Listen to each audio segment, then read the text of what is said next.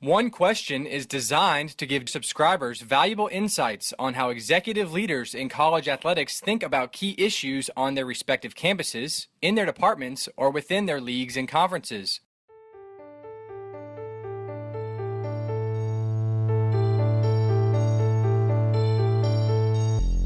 Greetings, this is Ty Brown and welcome to One Question, where we highlight executive leaders in college athletics. I'm here at the 2018 National Directors of Football Operations meeting here in the Bay Area of California, and I'm joined by Jason Grooms. Jason is the Assistant Athletics Director for Football at Vanderbilt. Greetings, Jason. Thanks for joining us. Yeah, thanks for having me, Ty. Good to see you. Now, you've been involved with football for almost 20 years, correct? I mean, you started off as you were a student assistant. You coached ball for a little bit. Then you moved over into the operations role. You were at Ohio University. Now you're down there at Vanderbilt, brought on by Derek Mason, the head coach there. In operations, obviously you've been in the game for 20 years, so you've seen a lot of the changes. You've seen a lot of things that are similar, a lot of the differences. But tell me how operations benefits the football program, the head coach, and really the whole athletics department as a whole. It's a unique experience down there at Vanderbilt because of academics and those kind of things. Can you give me some insight on those things? Yeah.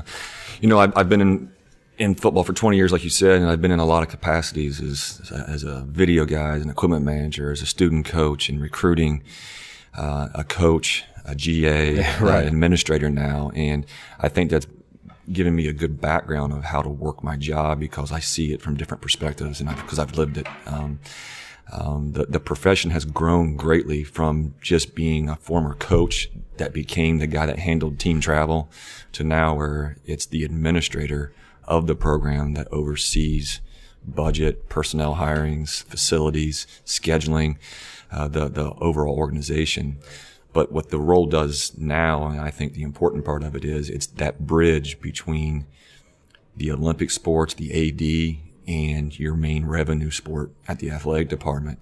And a lot of the folks that are in my role as an assistant or associate athletic director sit on the senior management teams for the athletic director because football needs to have a voice in that room as decisions are being made for marketing, budget concerns, how it fits as a whole, because we have the biggest roster, we have the biggest revenue at most schools. You know, it's typical. The most marketing is put into it because it generates the most revenue. So and you have the biggest staff, you know, and staffs keep growing in college football, and there doesn't seem to be a ceiling on that. With the 10th assistant added, and you have more recruiting folks in operations and player development. Quality controls, right. Analysts, you name it. The role's pretty significant in managing and being a voice for a lot of folks and communicating it down to basically one silo for that AD to understand it, because not a lot of athletic directors out there today played college football. There are a lot of folks that were marketing people. They were fundraisers. They were compliance folks. They weren't necessarily an athlete. They have a professional degree from college now with all the sport administration programs that are out there. So having a football person on your management team, I think, is important, as it helps the athletic department have a better understanding of what the elephant in the room does. You mentioned a number of things, from budgeting, marketing, recruiting, hiring people, all those items. It's almost as if, you're running a business there, and you have to manage personalities. I assume with the head coach, the AD, you have to be able to manage the communication between the two. It's correct. I mean, you become a kind of a song and dance man. You've got to be able to handle different opinions, different voices, different levels of understanding by people that don't maybe see the whole big picture because they're kind of narrow-minded and they have their area. But then you got to kind of bridge that gap, connect them all, and see how it all funnels together, you know. And managing a budget, you know, is extremely difficult when you've got a lot of hands in the cookie jar. You know, you got all these coaches out on the road recruiting who just take care of themselves, and that's what they're supposed to do. And then you got people ordering supplies for the office, and you have the equipment guy buying gear, and you have the strength coach that wants more equipment. So you've got to really wrap yourself around it, stay in constant communication.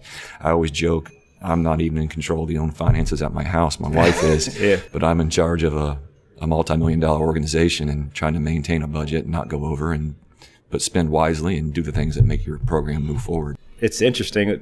Can you give us a little bit on the complexity or the intricacies of taking the head coaches or the program's thoughts and delivering those to the athletic director, or vice versa? I mean, obviously they probably communicate with each other often, but in terms of, the stuff you're bringing to the table, the business aspect, how did the translation back and forth? Can you tell me about that process? Sure. Yeah, I mean, our athletic director, David Williams, and our head coach, Derek Mason, have a really good relationship. They've been that way since the start. Coach Mason can go in there at any time and have his ear and talk to one another.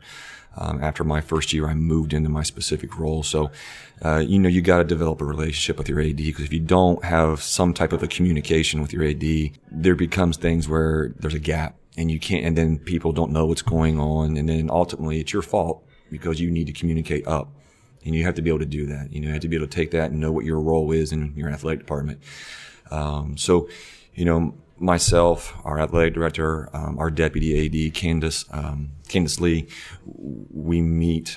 I meet regularly with Candace. Our AD is extremely busy, as any AD is, and he's on national committees and things, and I get to him as much as I possibly can. So being able to communicate, you don't need to take the mundane things, but you got to take the important things that are going to show up in the public eye and making sure they're aware of what's going on. And it's just, you got to be a good communicator. And people come from different places where maybe they didn't have a great relationship with their AD, and you're kind of in that silo of, I'm just football, this is what I do, and then the AD will figure it out. Well, you can't do that. You've got to be able to be an open book. There's not secrets, and you learn from them. I've been in several jobs and over time, and I've been put in some unique situations where you learn something that you didn't quite know. You thought you knew it, but then you get there and you realize, I wasn't ready for that. That's why I'm here.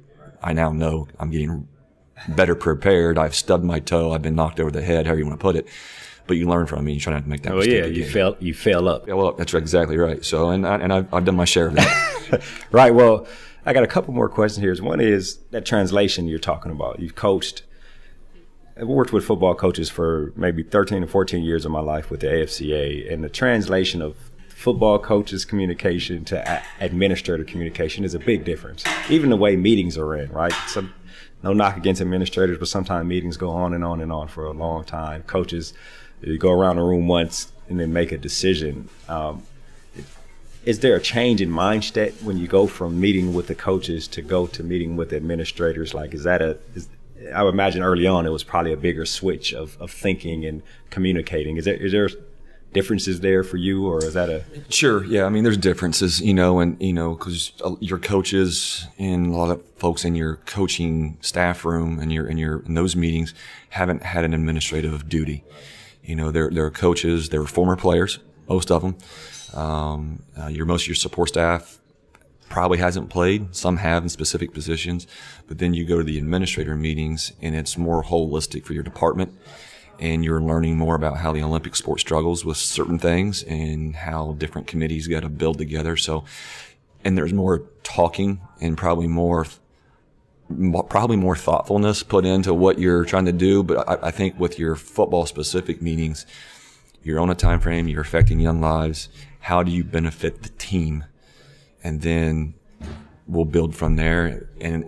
But that's the similarity with the administrative meeting is, how do I affect the department, which is the bigger team, which is, your brand, Vanderbilt or whatever university you're at. So there's similarities, but I would say where there's more overall discussion, more time to make a decision in the management meetings versus your coach meetings where we got to change the practice schedule. We're going to change how we travel, who's traveling, who's not, make the decision.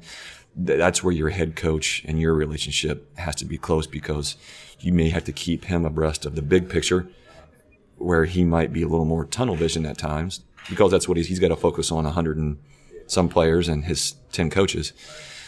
He may not see where that decision might affect the whole support staff and how we function to make sure everything's right for the team. So there's crossover, but there's differences. But you're there. You're there. You're in all of it. So you kind of know what's going on. You kind of, again, that song and dance, man, where you got to kind of make sure everything is right and moving in the same direction. Okay, excellent. And my final question here, you worked for Frank Solich, yes, at Ohio, with veteran coach, been in the game a long time, successful in what's now called the Power Five and mid-majors and those type things. And then you come on with Coach Mason, first-time head coach, and you've been there for a few years with him now. Tell us about the differences as an operations role with the veteran head coach.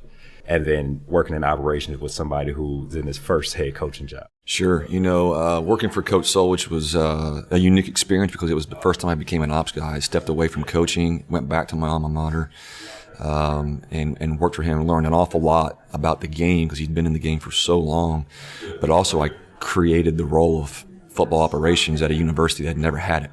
So that was a lot of uniqueness. So no one knew I was failing at times because they'd never had that person before. So I could kind of get away with some things at times and then learn from it. But you learn from Coach and how he managed, pretty deliberate. He truly is, learning from him as a CEO. I mean, he wasn't a position coach. He didn't coordinate. He managed. Smaller staff, smaller funds, more involved probably in with the budget part of it. And then working for Coach Mason, who had a ton of coaching experience as well. He's coached on both sides of the ball, NFL, college, where Coach Solich had been high school, college. Coach Mason has been at all levels, junior college, high school, the whole thing. So using that background and working with him, I felt like, and we're similar in age, where there was Coach Solich, for lack of a better term, is the same age as my dad, so there was that distance between us. And, but Coach Mason and I are only a few years apart. So we probably have a closer relationship because of our age. The age gap is closer. But working with Coach Mason, I've always said this, and people might disagree. I don't feel like I work for Coach Mason. I work with Coach Mason. So we're together on every major decision, and he includes me in that, which I'm thankful for. There's nothing that goes on that I don't know about, that we haven't discussed. So I've learned from him on how to be more involved with the kids probably. Now, I was always involved with the kids, but Coach is a great relationship person with our athletes and really gets to know them personally, and he knows their struggles. So, he's just closer to the kids in age. He's got a little more youthful to him, and not, it's the way of the schooling he came from. Different leadership, yeah. Yeah, Coach Solich was under Coach Osborne and played for Coach Devaney at Nebraska. All-time greats in the game. And Coach Mason's bounced around, been different places and learned from different folks, and has been fired and has been hired and and been coordinator and been offense, been defense. So he's got a great perspective of, like I feel I do, of how it all works because of the different roles he's used and worked with the young kids. And so I'm privileged to have worked with both of them. And then I'll throw in Jim Grobe, who I worked for at Wake Forest and Ohio, who was probably more, we didn't staff meet. Coach Grobe made the decisions and ran the program where there wasn't, we staff met so many times a week. I can count on one hand how many times I met with Coach Grobe and a staff meeting over a 6-year period. It's just the different philosophies. So, right. Very privileged in the coattails I've ridden. Well, Grooms, I'll say this: as long as I've known you, always carried yourself as a professional, and I've seen you grow just like you've seen me grow here in the coaching profession. And now I'm working with administrators. I'm always amazed every time I talk to someone who works in operations about the breadth and the depth of what people who work in football operations do. It just seems like you guys touch so much, from budgeting, development, hiring, marketing, coaching, across the board. So I just really appreciate you taking the time to sit down with me and joining me on the One Question podcast. Well, I appreciate you having me, known you for a while, and good to see you again. But yeah, the operations position is a wearer of all hats. You've got to be involved, and you got to roll up your sleeves and not be afraid to do anything, because if you're willing to do something at any level, the others will follow, in your structure, and they're more willing to be involved. And I enjoy that part of it, and I'm starting to become the old hat in the room now. Yeah, right, I used to be the youngest guy in the whole building, but I'm becoming one. I'm older than all but one coach in our defensive staff, so it's kind of unique to now start to be the guy with a little more gray hair than most. So, yeah. Hey, that's what happens. You're a veteran. You got to earn that status, right? Excellent. That was Jason Grooms. He is the Assistant Athletics Director for football at Vanderbilt, and this is Ty Brown with One Question. And keep in mind, the role of a leader is to create and maintain an environment that people want to be a part of. And as always, be better tomorrow than you are today.